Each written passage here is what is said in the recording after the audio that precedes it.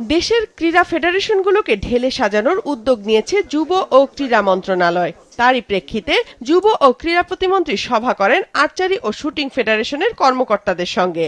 আর্চারিতে দ্বন্দ্ব সভাপতি ও সাধারণ সম্পাদকের। প্রতিমন্ত্রী সহ অ্যাডহক কমিটির কর্মকর্তাদের সঙ্গে সভার পর যাকে ভুল বোঝাবুঝি বলছেন ফেডারেশনটির অভিভাবক ও সাবেক সাধারণ সম্পাদক কাজী রাজীব উদ্দিন আহমেদ চপল। ভুল বোঝাবুঝি, এটা ঠিক যে সমঝোতার প্রয়োজন ছিল এটাও না। তারপর উনি আমাদের অভিভাবক, উনি আমাদেরকে বলেছেন সবার সাথে মিলেমিশে চলার জন্য। আর যতটুকু আপনারা শুনেছেন এটা বয়সের গুণে বলেন আর যাই বলেন, অভিজ্ঞতার অভাবে বলেন, সেক্রেটারি সাহেব মুখ ফসকে বলে ফেলছেন। আজকে যখন হিসাবপত্র আমরা মন্ত্রী মহোদয়কে বিলিয়ে দিয়েছি যে কি কি কারণে আমরা টাকাগুলো তুলেছি। আর প্রজ্ঞাপন অনুযায়ী যেজন ট্রেজারার আছেন উনিই থাকবেন।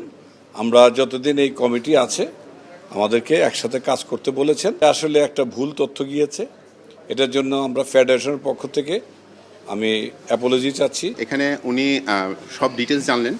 আর আমি অ্যাকচুয়ালি যেই ইস্যুগুলি নিয়ে উঠেছে সেটা হচ্ছে কনস্টিটিউশন অনুযায়ী যেটা ছিল সেটা আমি তুলে ধরার চেষ্টা করছি। এখানে নেগেটিভ কোনো কিছু নেই আর্চারির জন্য। আর টাকাগুলি তোলা হয়েছে তো খরচ করার জন্য, ঠিক আছে। এছাড়া শুটিং ফেডারেশনের কর্মকর্তাদের সঙ্গে সভা করেন যুব ও ক্রীড়া প্রতিমন্ত্রী। সেখানেও আছে কর্মকর্তাদের মধ্যে দ্বন্দ্ব। জাতীয় ক্রীড়া পরিষদের নেওয়া সিদ্ধান্ত অনুযায়ী শিগগিরই শুধু এ দুটি নয়, সব ফেডারেশনেরই অ্যাডহক কমিটি নতুনভাবে তৈরির মাধ্যমে স্বল্প সময়ের মধ্যে দেয়া হবে নির্বাচন।